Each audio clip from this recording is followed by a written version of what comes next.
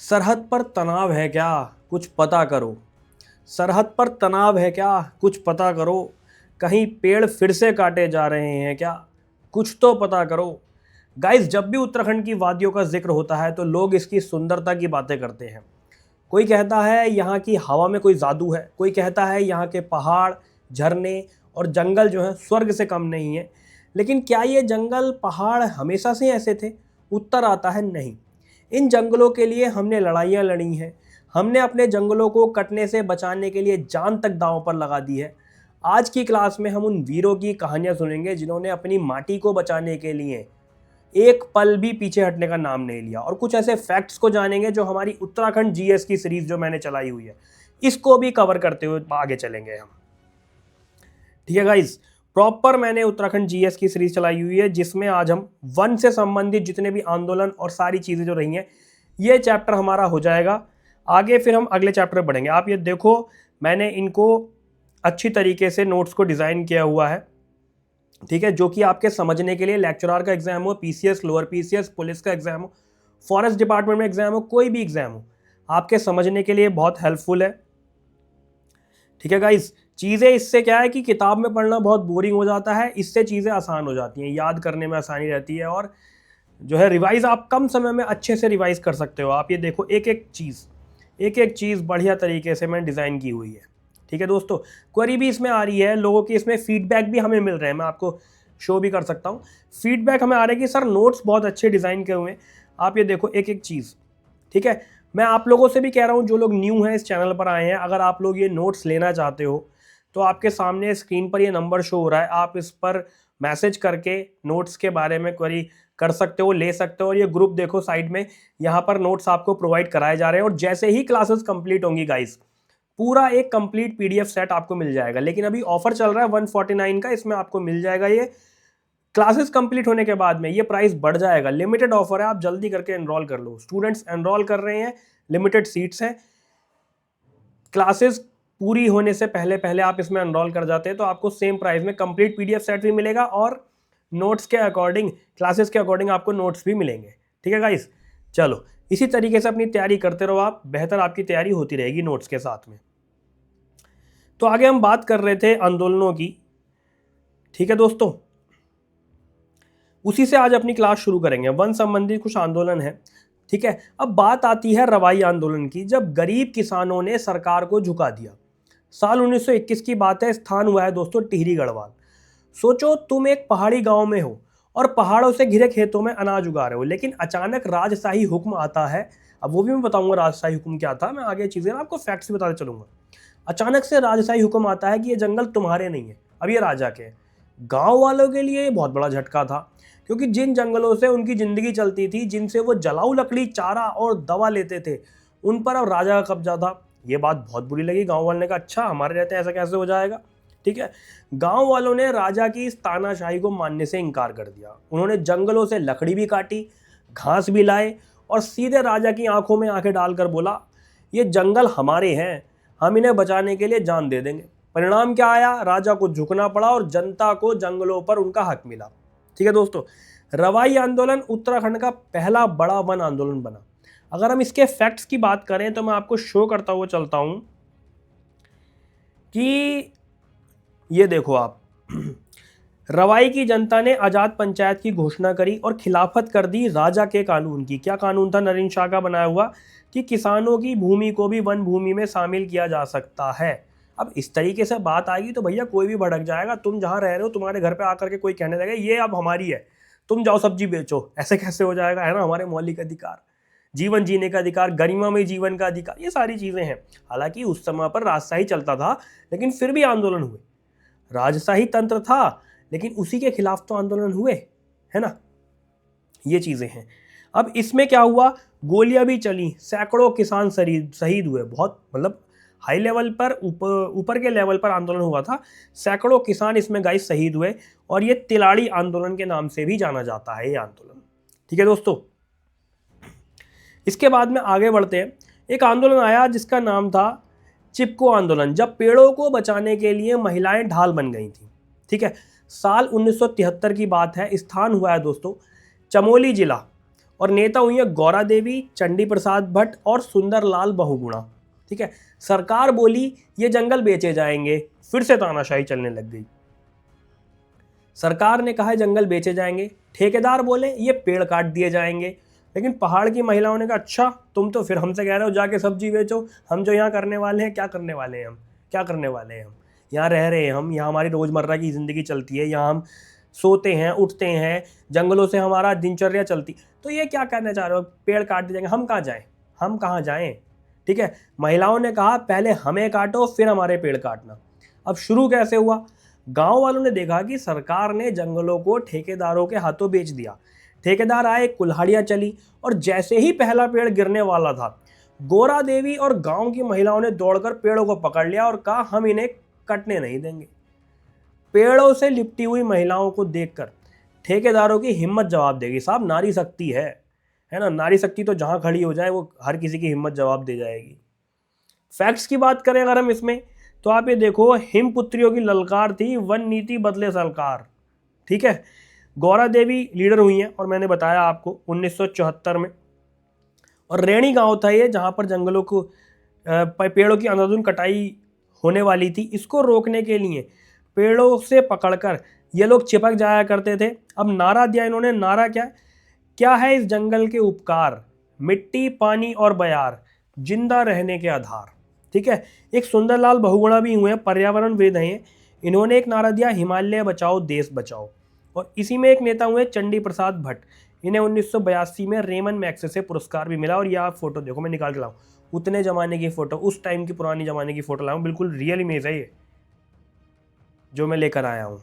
ठीक है, देख लो कितनी मेहनत हो रही है आपके लिए इंटरनेट पे सब मिल जाता, कोई ऐसी दिक्कत वाली बात नहीं है। ठीक है गाइस, चलो। चिपको आंदोलन दोस्तों इतना बड़ा बना कि सरकार को जंगलों की कटाई पर रोक लगानी पड़ी। अब इससे सीखा क्या, ये सीखा कि ये आंदोलन सिर्फ पेड़ बचाने का नहीं था, बल्कि ये दिखाने तक का था कि जब जनता एकजुट होती है तो सरकारें भी घुटने टेक देती हैं। और कुछ फैक्ट्स इसके बारे में हम जाने अगर, तो चिपको आंदोलन में तो यही था। 1977 के वन आंदोलन की बात करते हैं। इसमें क्या हुआ दोस्तों, ये जो आंदोलन हुआ वनों की नीलामी के विरोध में ये आंदोलन हुआ। ठीक है, प्रदर्शन हुए 1978 में पहली बार उत्तराखंड बंद हुआ था जब ये प्रदर्शन हुए थे। ठीक है, द्वाराहाट के चोचरी और पालड़ी में, ठीक है, द्वाराहाट का चोचरी और पालड़ी है बागेश्वर, इसमें जनता ने ढोल नगाड़ों के साथ वनों के कटान बंद करवाया। 1977 का वन आंदोलन हुआ है। ऐसे ही हुआ है डूंगी पैंतौली आंदोलन, इसमें नेतृत्व किया मथुरा देवी ने। बाज के जंगल काटे जा रहे थे, उसके विरोध में चमोली जिले में आंदोलन हुआ और विरोध किया महिलाओं ने। यहाँ भी महिलाएं बहुत ज़्यादा आगे आई हैं। फिर आता है दोस्तों पानी राखो आंदोलन, जब पानी को बचाने के लिए लड़ाई लड़ी गई। साल 1980 का दशक था, स्थान हुआ है उत्तरकाशी। नेता हुए हैं यहाँ पर सुंदरलाल बहुगुणा। ठीक है, सुंदरलाल बहुगुणा। क्या था ये आंदोलन, सरकार ने नदियों पर बड़े बड़े बांध बनाने का प्लान किया, लेकिन सुंदरलाल बहुगुणा ने कहा अगर पहाड़ों की नदियां सूख गई तो पूरी सभ्यता खत्म हो जाएगी। अब क्या किया, उन्होंने लोगों को जागरूक किया कि जल स्रोतों को बचाना क्यों ज़रूरी है। ठीक है, जगह जगह जाकर नदी बचाओ अभियान चलाया।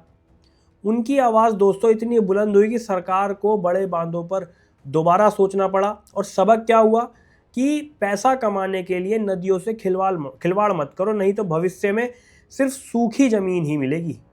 ठीक है गाइस, फैक्ट्स की अगर हम इसमें बात करें तो पानी कमी को दूर करने के लिए युवाओं द्वारा ये आंदोलन चलाया गया है। मुख्य व्यक्ति इसमें सच्चिदानंद भारती भी हुए। दूधातोली लोक विकास संस्थान का गठन किया इन्होंने सच्चिदानंद भारती ने। और पौड़ी गढ़वाल का ये डफरेखाल गांव ऐसा कुछ है ये। ठीक है, महिलाओं द्वारा जो है दल बनाए गए, महिला मंगलधाम दलें उनको नाम दिया गया। इन्होंने पेड़ लगाना और गांव के विकास के लिए कार्य करना शुरू किया। ठीक है दोस्तों, ये आंदोलन था ये। इसके बाद में एक आंदोलन हुआ है जिसका नाम है रक्षा सूत्र आंदोलन। ये भिलांगना से स्टार्ट हुआ 1994 में। नेतृत्व किया यहाँ पर सुरेश भाई ने और महिलाओं ने आंदोलन छेड़ा यहाँ पर भी, रक्षा सूत्र आंदोलन। और पेड़ों को काटने से बचाने के लिए पेड़ों पर रक्षा सूत्र बांधे गए। रेयाला के जंगलों को काटा जाना था और यहाँ पर जो है निशान लगे हुए पेड़ आज भी ऐसे ही हैं, काटे नहीं गए क्योंकि आंदोलन चल गया था। आंदोलन का नारा था ऊंचाई पर पेड़ रहेंगे, नदी ग्लेशियर टिके रहेंगे। पहाड़ टूटेंगे, बिना मौत के लोग मरेंगे, और जंगल बचेगा, गांव खुशहाल होगा, देश बचेगा। ठीक है, जंगल बचेगा, देश बचेगा, और गांव जो है खुशहाल होगा। ये चीज़ें थी इसमें। इसके बाद आगे बढ़ते हैं तो एक आंदोलन हुआ है झपटो छीना आंदोलन या झपटो छीनो आंदोलन। इसका नेतृत्व किया गोविंद सिंह रावत ने। गांव की जनता ने वनों पर अपना हक जताने के लिए आंदोलन स्टार्ट किया था। ये लोग नंदा देवी राष्ट्रीय पार्क का प्रबंधन लेना चाहते थे।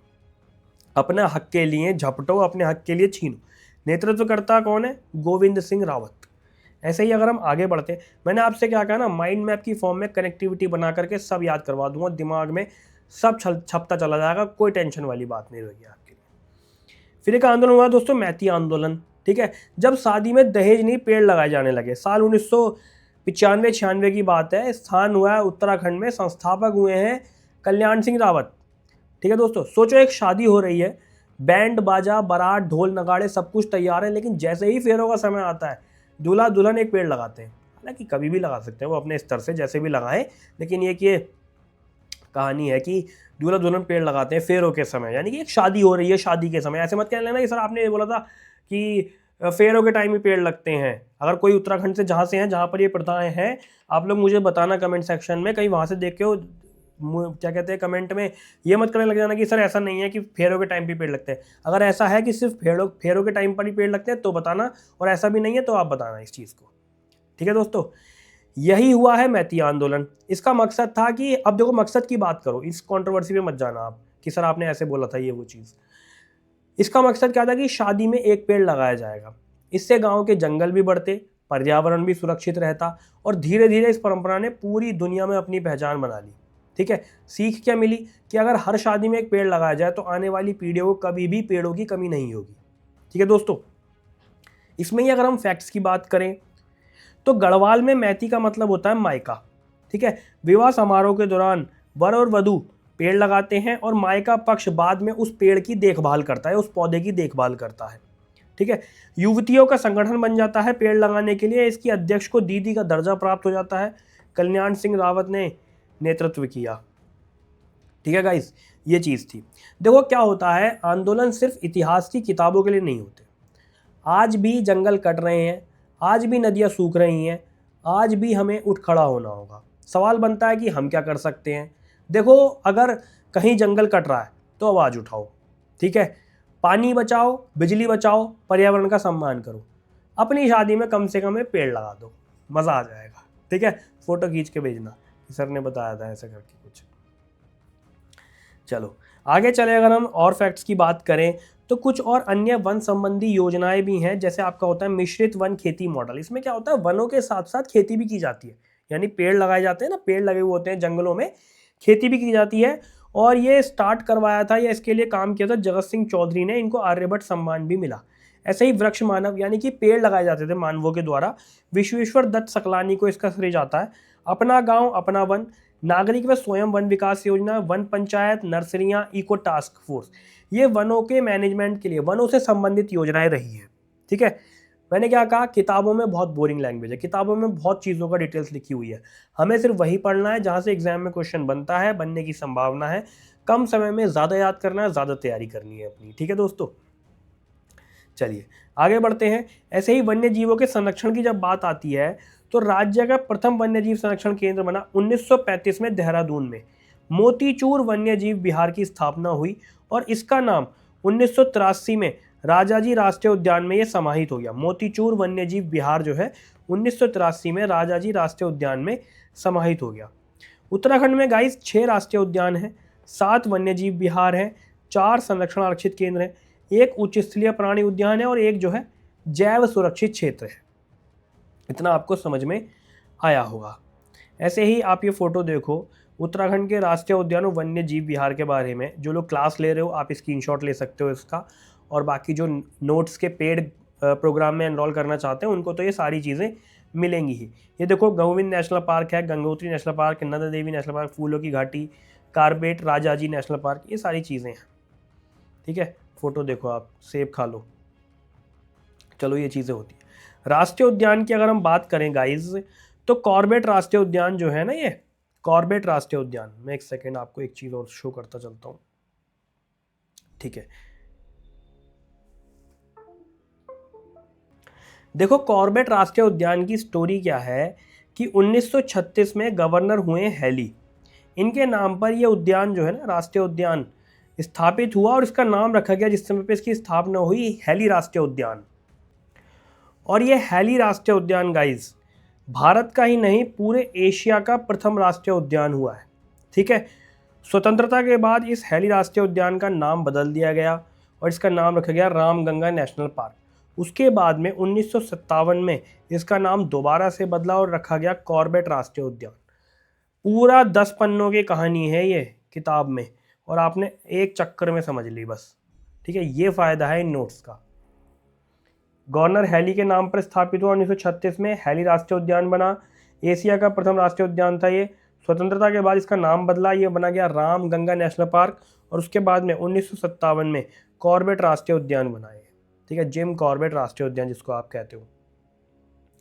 ये जो राष्ट्रीय उद्यान है गाइस पौड़ी और नैनीताल जिले में फैला हुआ है। यहाँ पर उत्तराखंड का पहला पशु क्वारंटीन केंद्र है, उत्तराखंड का पहला। पाटली दून भी यहाँ पर है और पहला बाघ संरक्षित क्षेत्र इसे घोषित किया गया। और कब किया गया? 1 नवंबर 1973 को किया गया। ठीक है गाइस, और क्या फैक्ट्स हैं इसके बारे में कि अप्रैल 2012 में इस पार्क के चारों तरफ 500 मीटर के क्षेत्र को साइलेंस जोन घोषित किया गया अप्रैल 2012 में। और इस पार्क के बाघों की रक्षा करने के लिए टाइगर प्रोटेक्शन फोर्स एक दल का गठन किया गया, जिनका कार्य सिर्फ यही था कि इस पार्क के बाघों की वो रक्षा करते थे। बाकी और भी डिटेल्स हैं, लेक्चर बहुत लंबा हो जाएगा। मैंने आपसे कहा था 20 मिनट तक का लेक्चर रखा करूंगा, हद होगी बहुत ज़्यादा तो 25 मिनट, इससे ऊपर लेक्चर नहीं लेके जाऊंगा। सारी चीज़ें इसमें ही आपकी कवर होती रहेंगी। ठीक है दोस्तों, अगले लेक्चर में हम गोविंद राष्ट्रीय उद्यान, अगला लेक्चर इससे थोड़ा सा लंबा हो जाएगा, नंदा देवी राष्ट्रीय उद्यान, फूलों की घाटी, इन सब चीज़ों को कवर करके अपना नया चैप्टर शुरू करेंगे जिसमें सारी चीज़ें डिटेल में हम कवर करेंगे।